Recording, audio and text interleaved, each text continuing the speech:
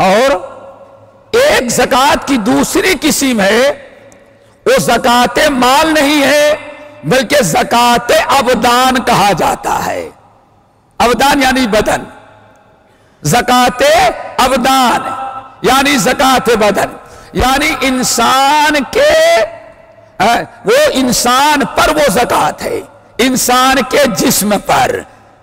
اور یہ زکات کون ہے؟ اسی زکات ابدان کو زکات الفطر کہا جاتا ہے۔ کیوں؟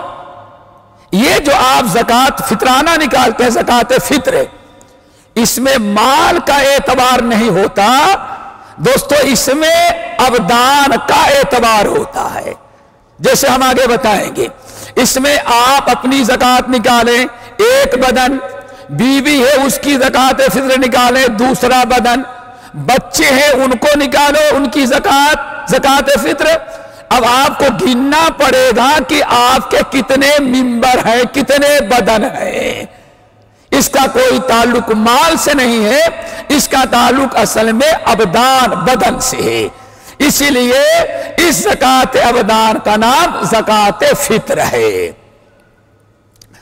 اس کو زکات فطر کیوں کہتے ہیں؟ اس کو زکات فطر کس لیے کہا جاتا ہے؟ اس کی دو وجہ ہے زکات فطر کہنے کی۔ زکات الفطر، فطرے کی زکات نکالنا، اس کا دو مطلب ہے۔ آواز برابر ہے؟ آواز برابر ہے؟ ہاں، پچھلے ہفتے بڑی شکایت ہوئی تھی، برابر ہے نا؟ انشاءاللہ۔ یہ تو معلوم پڑا الیکشن ہو رہا ہے، ہاتھ اٹھا رہے ہیں سب لوگ۔ ہاں، الیکشن ہو چکا۔ اب زکات مال، زکات ابدان، اس کو زکات فطر کیوں کہتی ہیں؟ اس کی دو وجہ ہے۔ نمبر ایک، فطر کے معنی آتے ہیں افطار کرنا۔ سال بھر میں عربوں میں فطور، افطرتا، افطرنا، افطر کو کہتے ہیں ناشتہ کرنا۔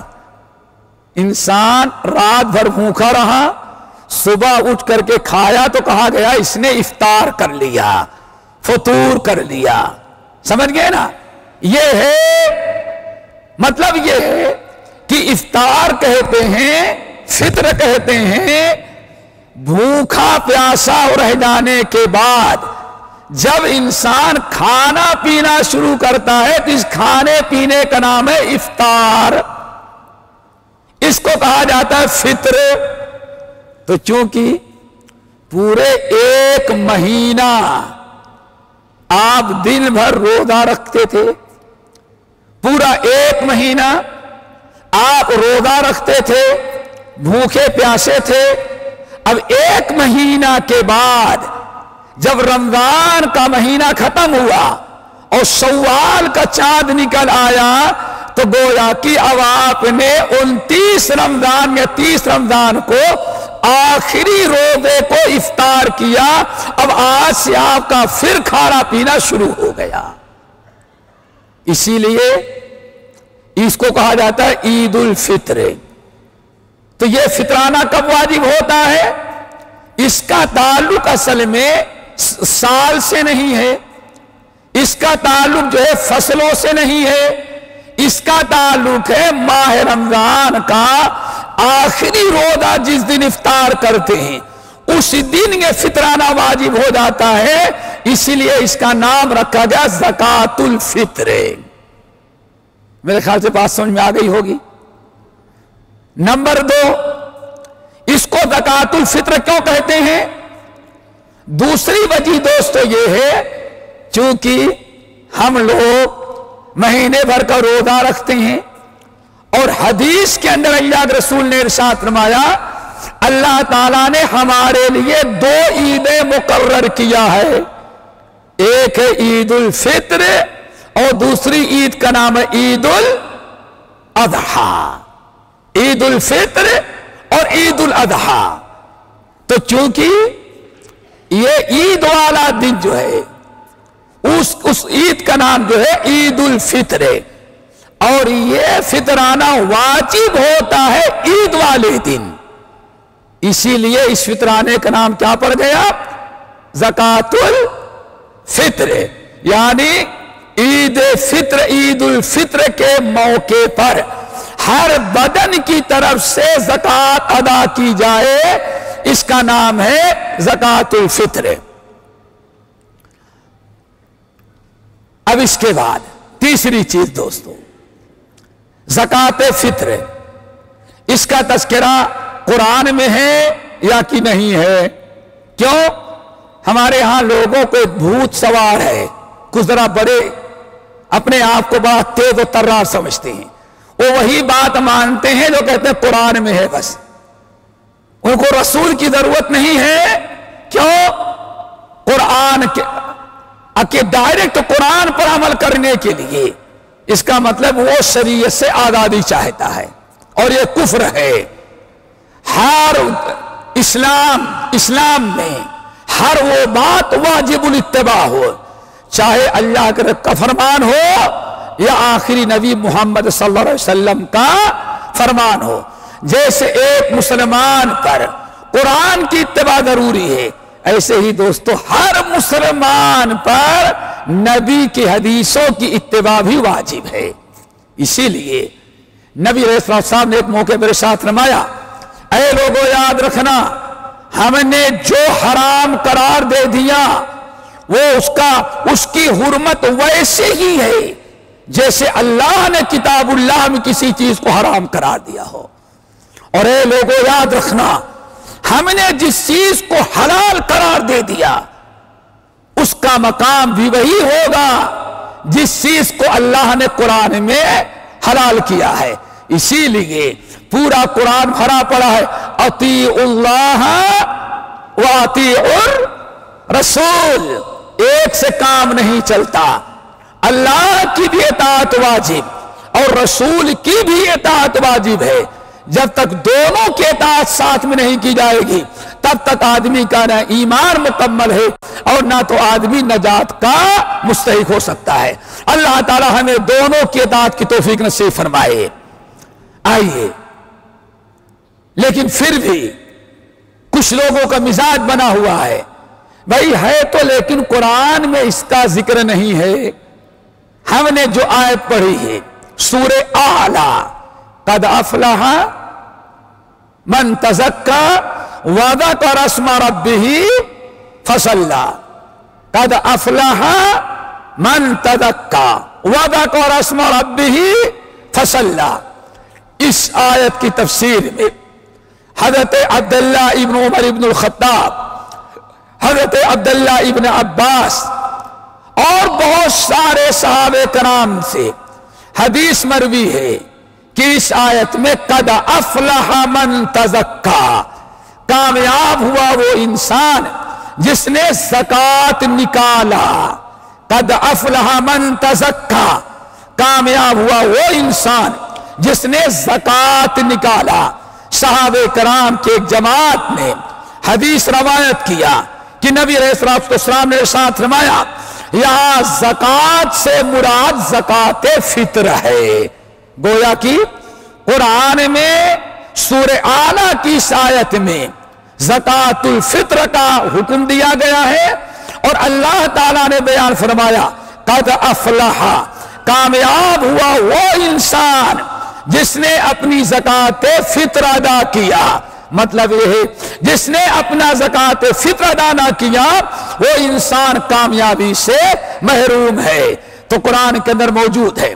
اسی طرح سے صحابہ کرام، تابعین، تبع تابعین، مفسرین کی ایک بڑی جماعت ہے جنہوں نے واضح کیا، اور سب کا یہ قول اتفاق ہے کہ اس آیت میں قد افلح من تزکا، کامیاب ہوا وہ انسان جس نے زکوٰۃ نکالا۔ زکوٰۃ سے مراد کہتے ہیں آپ فطرانہ ہے، زکوٰۃ الفطر ہے۔ تو اس طرح سے سمجھ لو کہ ہاں زکوٰۃ الفطر کا تذکرہ قرآن پاک کے اندر بھی موجود ہے۔ زکوٰۃ فطر کا حکم کیا ہے؟ سنت ہے، فرض ہے، واجب ہے، مستحب ہے، یا کہ دو یا نہ دو، دونوں برابر ہے؟ اس کا بھی کچھ حکم ہے؟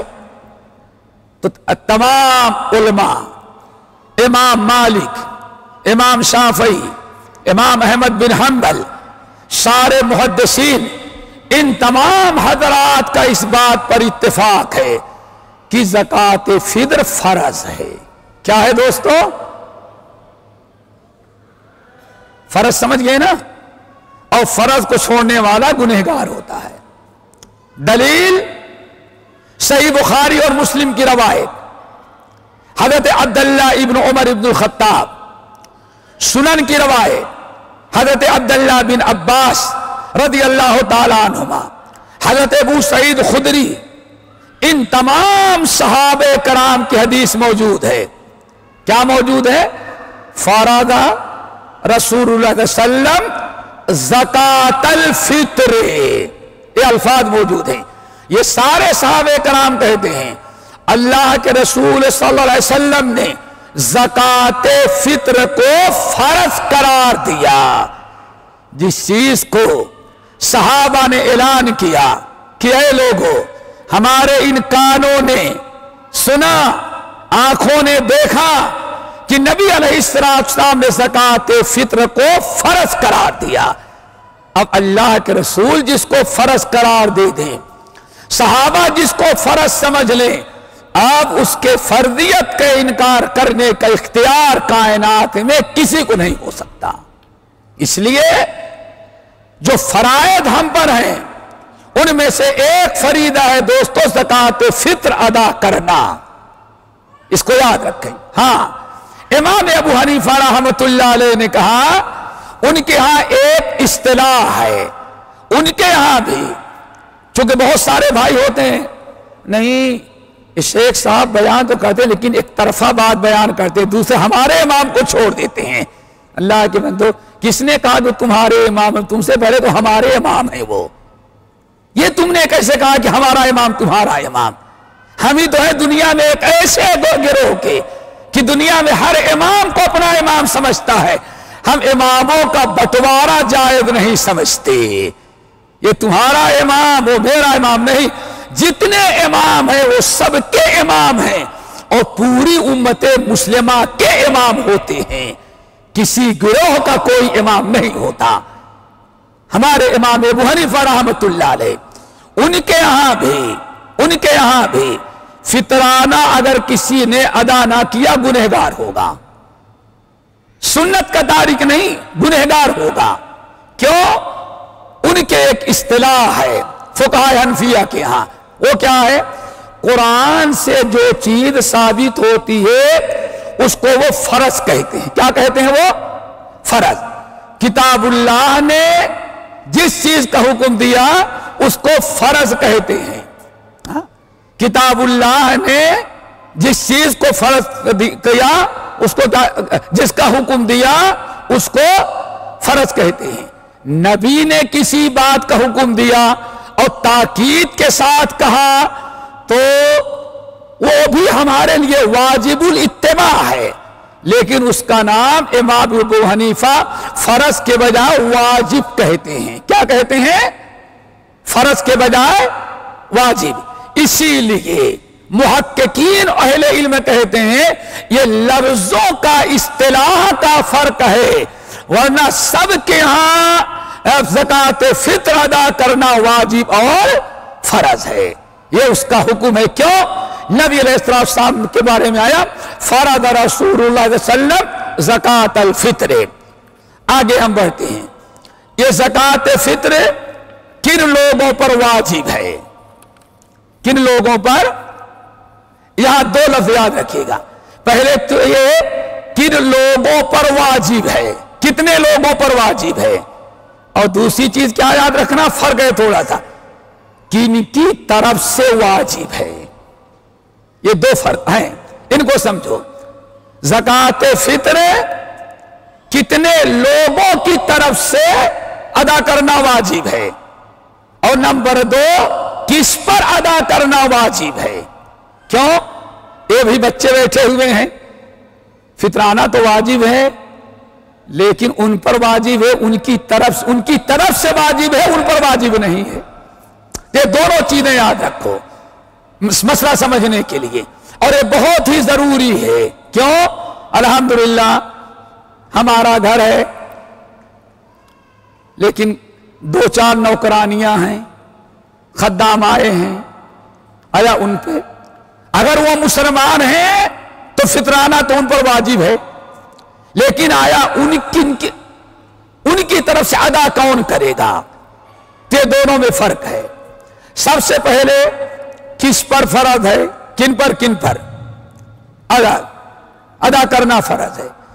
تو صحیح بخاری، صحیح مسلم، بلکہ حدیث کی جتنی کتابیں ہیں ہر ایک میں نبی علیہ السلام نے وعدے کیا. حدیث کے اندر آیا علی الذکر والانثى وعلی الحر، علی الذکر والانثى وعلی الصغیر والکبیر وعلی الحر والعبد. کتنے ہو گئے یہ؟ 6. اور جتنے انسان ہیں 6 ہی قسم کے ہوتے ہیں. آپ نے فرمایا 6 قسم کے لوگ ہیں جن پر اللہ تعالیٰ نے یا زکوٰۃ ابدان لے 6 قسم کے جسم ہیں جن پر اللہ تعالیٰ نے فطرانہ فرض قرار دیا ہے. وہ کون ہے؟ نمبر 1 الرجل مردوں پر. نمبر 2 والانثى عورتوں پر. ٹھیک ہے نا بھائی؟ بات سمجھ گئے نا؟ عورتوں پر بھی. اور بے ایمان لوگ کہتے ہیں اسلام میں عورتوں کی کوئی عزت ہی نہیں، اور جہاں اللہ کے رسول کیا بیان فرمایا؟ دونوں پر کوئی فرق نہیں. اس میں اسلام سے زیادہ عورتوں کے حقوق کسی بھی مذہب میں نہیں ہے. اگر عورت بن کے رہنا ہے تب، اگر حد پار کر جانا ہے تو سب کی مرضی، جو چاہے وہ کر ڈالے. دیکھو ذرا غور کرو. آپ نے فرمایا علی الرجل مردوں پر. نمبر 2 والانثى عورتوں پر. نمبر 3 علی الصغیر چھوٹوں پر. اور نمبر 4 وعلی الکبیر بوڑھوں پر. کسی کو نہیں چھوڑا، چھوٹوں پر بھی اور بڑوں پر. نمبر 5 وعلی الحر آزاد پر. اور نمبر 6 اللہ کے نبی علیہ السلام نے ارشاد فرمایا وعلی العبد غلام پر. 6 ہو گئے. نمبر 1 مردوں پر. نمبر 2 عورتوں پر. نمبر 3 چھوٹوں پر. نمبر 4 بڑوں پر. نمبر 5 آزاد پر. اور نمبر 6 غلام پر. لیکن فرق ہے، غلام اور نوکر میں فرق ہے. جیسے ہمیں بھی بتاتے ہیں. 6 ہو گئے. آپ نے ارشاد فرمایا من المسلمین، من المسلمین، بشرطے کہ وہ مسلمان ہو. پتہ چل گیا؟ باپ مسلمان ہے، اولاد کافر ہے تو کافر اولاد پر فطرانہ نہیں. یہ یاد رکھیے گا. اللہ کے نبی علیہ السلام نے ارشاد فرمایا من المسلمین، اسلام مسلمانوں پر اللہ نے فطرانہ فرض قرار دیا ہے، غیر مسلموں پر نہیں. من المسلمین. آپ کا غلام ہے، اگر غلام آپ کا مسلمان نہیں ہے، غلام آپ کا ہے، آپ مسلمان ہیں، لیکن غلام مسلمان نہیں ہے تو غلام کی طرف سے فطرانہ ادا نہیں کیا جائے گا. اسی طرح سے آپ آزاد ہیں، آپ مسلمان ہیں، لیکن آپ کی بادی جو ہے وہ ہندو ہے، کرسچن ہے، یہودیہ ہے، بدھسٹ ہے، من المسلمین سے نہیں ہے تو اس کے اوپر زکوٰۃ الفطر نہیں ہے. تو 6 قسم کے لوگ. اب یہاں 6 قسم کے لوگ. نمبر 1 مرد ہو سمجھتے ہیں نا؟ بس عورت ہو. نمبر 2 چھوٹا ہو. چھوٹے سے مراد نابالغ ہو, دودھ پیتا ہوا بچہ ہو, اور چھوٹا ہو. اگر رمضان کے مہینے میں, عید گاہ رمضان کے مہینے میں اگر کوئی کسی کے ہاں بچہ پیدا ہو گیا تو چھوٹا ہے, اس کی طرف سے بھی زکات دینا ضروری ہے.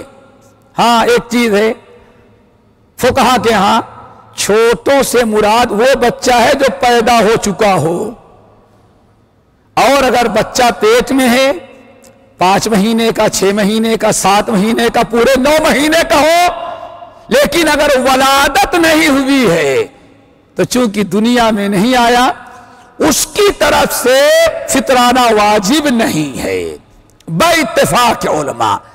اور اس کو کہتے ہیں جنین. کیا کہتے ہیں؟ جنین.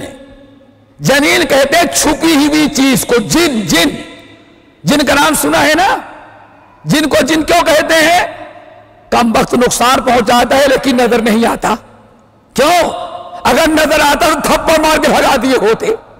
گھس گیا اندر, تکلیف دے رہا ہے, لیکن جنات نہ اندر نظر آیا نہ باہر نظر آیا, چھپی ہوئی چیز. تو جنین کہتے ہیں اس بچے کو جو ماں کے پیٹ میں ہے, جو چھپا ہوا ہے, اس کو کہا جاتا ہے جنین. تو بے اتفاق علماء جنین کی طرف سے فطرانہ واجب نہیں, فرض نہیں, ضروری نہیں.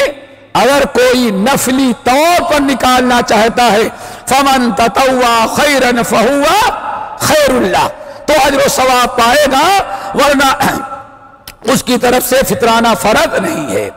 نمبر 2, اس حدیث میں یہ بھی سمجھنا ہے کہ نبی علیہ السلام نے ارشاد فرمایا غلام پر, آزاد پر بھی اور غلام پر بھی فطرانہ فرض ہے. غلام, آج کچھ لوگوں کو بڑا مغالطہ ہے, اپنے نوکروں کو بھی غلام سمجھتے ہیں. فرق ہے. غلام آپ کی ملکیت ہے, غلام آپ کی ملکیت ہے, اور نوکر جو ہوتے ہیں وہ آپ کی ملکیت نہیں. اسی لیے جب وہ چاہتا ہے آپ کو چھوڑ کے چلا جاتا ہے, بس آپ نے اس کا ویزا لگوا رکھا ہے اور زیادہ سے زیادہ تنخواہ دیتے ہیں. تو اب یہاں یہ مسئلہ اچھی طرح سے یاد رکھیں. ایک انسان ہے مسلمان, اس کے گھر میں نوکرانیاں ہوتی ہیں, نوکرانیاں ہیں. ابھی اگر کسی کے گھر میں نوکرانیاں ہیں لیکن نوکرانیاں جو ہیں وہ غیر مسلمہ ہیں, تو کیا خیال ہے؟ ستھانی ماں پر واجب ہے زکات نکالنا؟ بولو بھائی, کیوں؟ کیوں؟ غیر مسلمہ ہے, اس پر کوئی زکات نہیں. نمبر 2, وہ نوکرانی مسلمہ ہے, مسلمہ ہے. اب اس کی زکات کس پر ہے؟ خود وہ نکالے یا اس کے سیٹھ اور سٹھانی ماں پر ہے؟ نوکرانی آپ کی ہے, آپ کی ہاں رہتی ہے, آپ کا کام کرتی ہے, مسلمان ہے, روزہ رکھتی ہے, اس کا فطرانہ کون ادا کرے گا؟ اس کا فطرانہ اگر وہ تنخواہ لے رہی ہے, آپ کے ہاں تنخواہ پر کام کرتی ہے, تو اس کا فطرانہ اس کے اوپر واجب ہے, آپ پر فرض نہیں ہے. نہ سیٹھ پر ہے نہ سٹھانی ماں پر ہے. کیوں؟ وہ ہمارا غلام نہیں ہے, وہ بس غریب ہے, ہم سیٹھ ہیں, بس اتنا ہی فرق ہے. ہمارے ہاں محنت کرتا ہے, ہم اس سے مزدوری لیتا ہے. اب زکات, چاہے زکات مال ہو یا زکات فطر ہو, اس کا مالک وہ ہے, اس کو اپنے سے نکالنا پڑے گی.